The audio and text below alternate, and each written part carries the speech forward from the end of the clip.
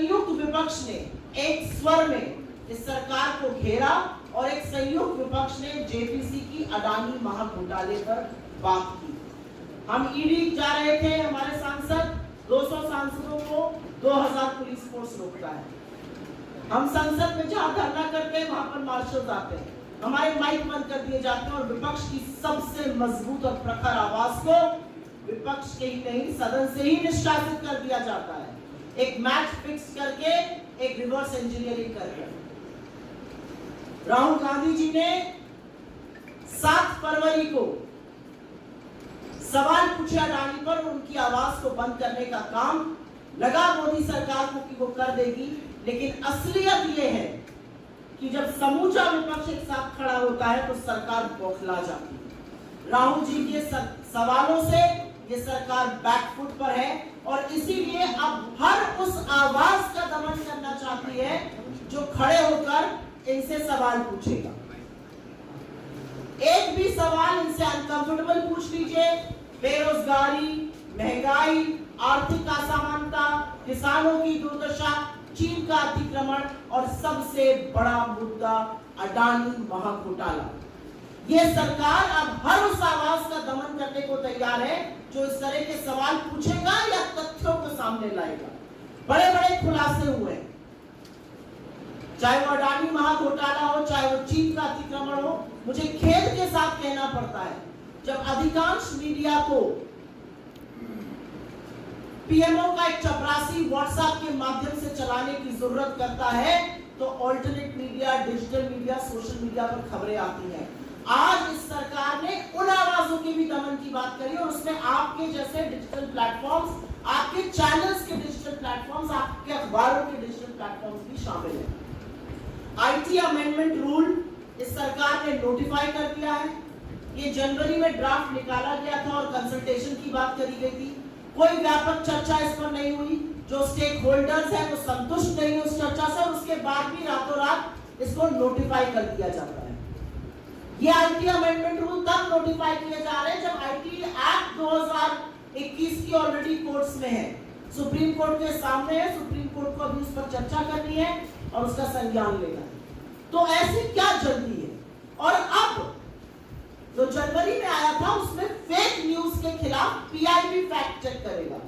अब और भी बड़ी बात कह दी गई है, फेक न्यूज या मिस इन्फॉर्मेशन जो सेंट्रल गवर्नमेंट के खिलाफ है उस पर एक इंडिपेंडेंट यूनिट जो सरकार के अंतर्गत रहेगी बॉडी, वो फैक्ट चेक करेगी। सरकार ही कोतवाल है, सरकार ही मुजरिम है, सरकार ही जज है, सरकार ही सब कुछ अपने बारे में करेगी।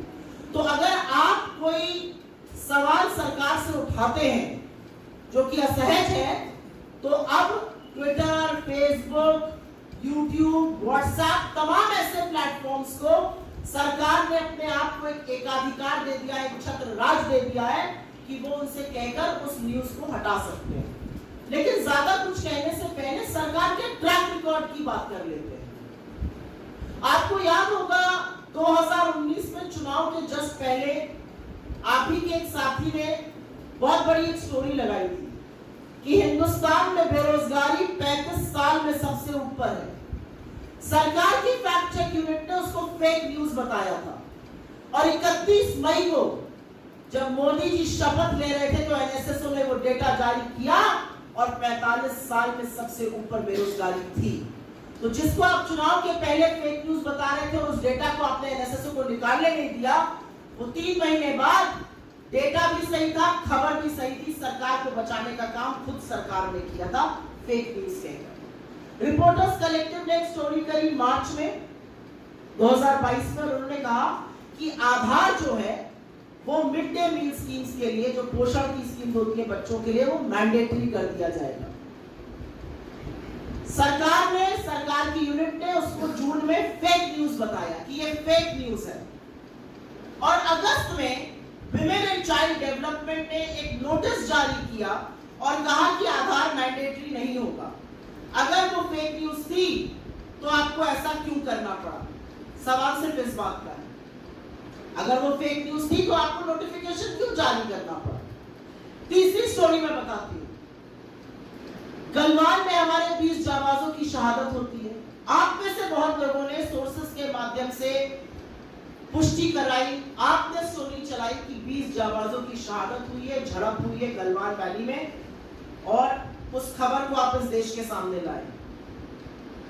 इस सरकार ने उसको डिनाई किया, इसको फेक न्यूज कहा गया तब तक जब तक बॉडीज वापस घर नहीं आने लगी और फिर डिफेंस मिनिस्ट्री को अपनी वेबसाइट पर इसकी पुष्टि करनी पड़ी। तो हर जो चीज असहज रहेगी उसको आप पहले डिनाई करके फेक न्यूज कर दीजिएगा और उसके बाद उसी पर एक्शन लिया जाएगा। मुझे अभी भी याद है यूपी में चीनी ऐप अपने फोन से हटाया जाए, ये खबर चली थी, उसको भी बोला गया था फेक न्यूज है। फिर पुष्टि सरकार ने करी, वहां के एडीजी ने करी कि नहीं ये सही खबर है। राहुल गांधी जी ने रेलवे की निजीकरण की बात करी थी भारत जोड़ो यात्रा के दौरान, उसको भी फेक न्यूज कहा गया था। बाद में सबने देखा क्या हुआ। तो मेरा कहना यह है कि जो भी असहज है, अगर अब अडानी पर खुलासे होंगे जो कि लगातार हो रहे हैं, और मैं दुख के साथ भी कहती हूँ और थोड़ा सा क्षोभ के साथ भी कहती हूँ, अडानी के खिलाफ जो खुलासे हो रहे हैं वो मेनस्ट्रीम मीडिया में नहीं हो रहे हैं आज की तारीख में। अगर डिजिटल प्लेटफॉर्म्स इसको कर रहे हैं, अगर सोशल मीडिया की फैक्ट फाइंडिंग एजेंसीज इस पर कर रही है काम, उसको भी फेक न्यूज कहा जाएगा। अब हम देश को पूरी तरह से सेंसरशिप पर ले जा रहे हैं, क्योंकि ये जो नोटिफिकेशन है ये सिर्फ और सिर्फ सेंसरशिप है, इसका और कोई भी पर्याय नहीं है, इसका मुझे और कोई समझ में नहीं आता है। आज मामला राष्ट्रीय सुरक्षा का है। एक चीनी कंपनी अडानी के हर कॉन्ट्रैक्ट में सब कॉन्ट्रैक्टर है, वो दहेज से लेके कांडला, हजीरा, मुंद्रा हर पोर्ट में घुसा हुआ है, उसको भी फेक न्यूज बता देंगे, उसके भी डिफेंस में आ जाएंगे।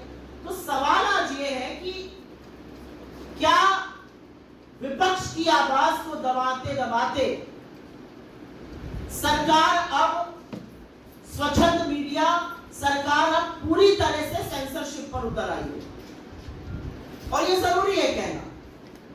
और अब ये जो एक बेतुकी बात कही गई, fake news against central government, अगर ऐसा ही है तो सरकार को आईना भी दिखाना चाहिए।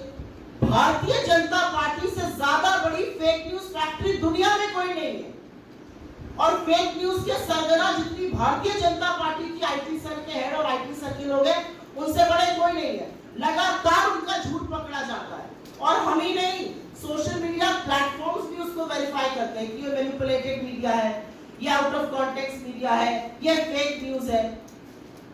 झूठ फैलाने का काम इस सरकार के मंत्री करते हैं, खुद प्रधानमंत्री झूठ बोलते हैं। मैं नहीं पढ़ना चाहती किसी और विवाद में, लेकिन ये सच है कि जो विवाद इस समय प्रधानमंत्री की एजुकेशन या किसी चीज को लेकर चल रहा है, उसका जो बेडरॉक है, द इशू देयर इज कि वो झूठ बोला गया है। तो किसकी फेक न्यूज की बात करेंगे आप? एक व्यक्ति प्रशांत पटेल है, स्टैंडिंग काउंसिल है गोवा का, भाजपा का सदस्य। कल सुप्रीम कोर्ट ने उसको बोला कि आप लगातार फेक न्यूज फैलाते हैं, आप माफी मांगिए। इसके खिलाफ सरकार एक्ट करेगी। और ये जो रूल्स है, इनकी सबसे बड़ी खराबी ये है कि इसमें कोई भी जुडिशियल ओवरसाइट नहीं है। आपने प्लेटफॉर्म को बोल दिया, प्लेटफॉर्म को हटाना ही पड़ेगा। इसमें रेगुलेटरी मैकेनिज्म कोई नहीं है। और ये भी सच है कि डिजिटल प्लेटफॉर्म्स ने खुद से आगे बढ़कर एक सेल्फ रेगुलेटरी बॉडी बनाई है, जैसे कि प्रेस काउंसिल ऑफ इंडिया है, जैसे कि एनबीएसए है टीवी चैनल्स के लिए, ऐसी ही एक बॉडी उन्होंने भी बनाई है, self regulatory body. Self regulatory body बनाने की बात फैक्ट चेकर्स के लिए भी चल रही है। फैक्ट की आपको बड़ी चिंता है, लेकिन फैक्ट चेकर्स को जेल में डालना है। तो दिक्कत की बात यह है कि जब सरकार, एक हमारे शास्त्रों में कहा गया, निंदक नियरे राखिए। सरकार को ना निंदक पसंद है, ना निंदा पसंद है, ना स्पष्ट बात करने वाले पसंद है। आपको लगता है कि ये सारी चीजें करके आप विपक्ष को या इंडिपेंडेंट मीडिया को या सहज सवालों को दबा दीजिएगा, तो सच छुपाए नहीं छुपता है। ये अपने आप में एक बात है। मुझे ऐसा लगता है कि सरकार की समस्या ही ये है कि कोई सवाल ना पूछे। क्या सरकार ये जवाब दे सकती है कि Bharatiya Janata party 18,000 fake Twitter account को क्यों हैंडल करती है? क्या सरकार ये बात दे सकती है कि एक ही आईपी एड्रेस से 23 वेबसाइट, तमाम फेसबुक पेज भाजपा के क्यों चलते हैं, जो सीमिंगली इंडिपेंडेंट है लेकिन एक्चुअली प्रचार प्रसार प्रोपेगेंडा भाजपा का फैलाते हैं?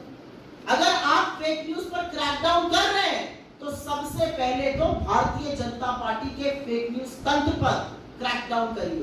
क्योंकि जो क्रैकडाउन करने का काम ministry of electronics and information technology ने आईटी अमेंडमेंट रूल नोटिफाई करके किया है, वो सिर्फ और सिर्फ इस आशय से किया गया है कि जो लोग सवाल पूछ रहे हैं वो डर के, धमका के उनको घर बिठाया जा सके।